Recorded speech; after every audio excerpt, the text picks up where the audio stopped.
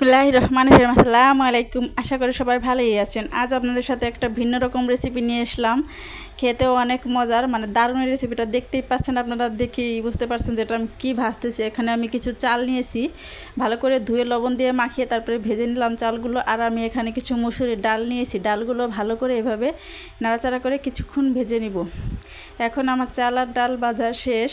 এখানে আমি চালগুলো ভাজা শেষ, তারপরে আমি একটা প্লেটে ঢেলে নিয়েছি। আর এই পাশে ডালগুলো ভাজা শেষ, এই ডালগুলো আমি ঢেলে নিয়েছি। এইভাবে আপনারা ভেজে খেয়ে দেখবেন, অনেক মজার খেতে। আমি এগুলো এইভাবে ভেজে নিয়েছি। এখন আমি এটা ব্লেন্ডার করে নেব। পাশাপাশি এখানে আমি ব্লেন্ডারে দিয়ে দিলাম।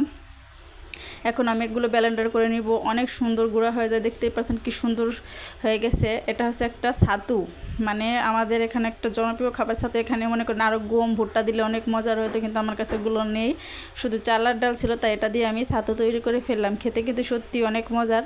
এভাবে বানিয়ে খেয়ে দেখতে পারেন। আর কিভাবে আমি এখন এটা তৈরি করবো এটা দেখতে পারবেন। এখানে আমি এই যে ছাতুগুলো নিয়ে কিছু পরিমাণ মতো চিনি নিলাম, এখানে মিক্সড করে নিব, তারপরে আমি দিয়ে দেবো। আপনারা চাইলে এভাবে খেতে পারেন। আমি এখানে একটু পানি দিয়ে নিব, বেশি করে পানি দিয়ে নিয়ে পাতলা করে খেতে চাইলে খেতে পারেন। এখানে আমি আবার ঘন করেও নিতে পারেন, মানে সামান্য পানি দিয়ে একদম আঠালো আঠালো করেও খেয়ে দেখতে পারেন। এটা আমার তৈরি রেসিপিটা। আল্লাহ হাফেজ, সবাই ভালো থাকবেন। অবশ্যই এটা লাইক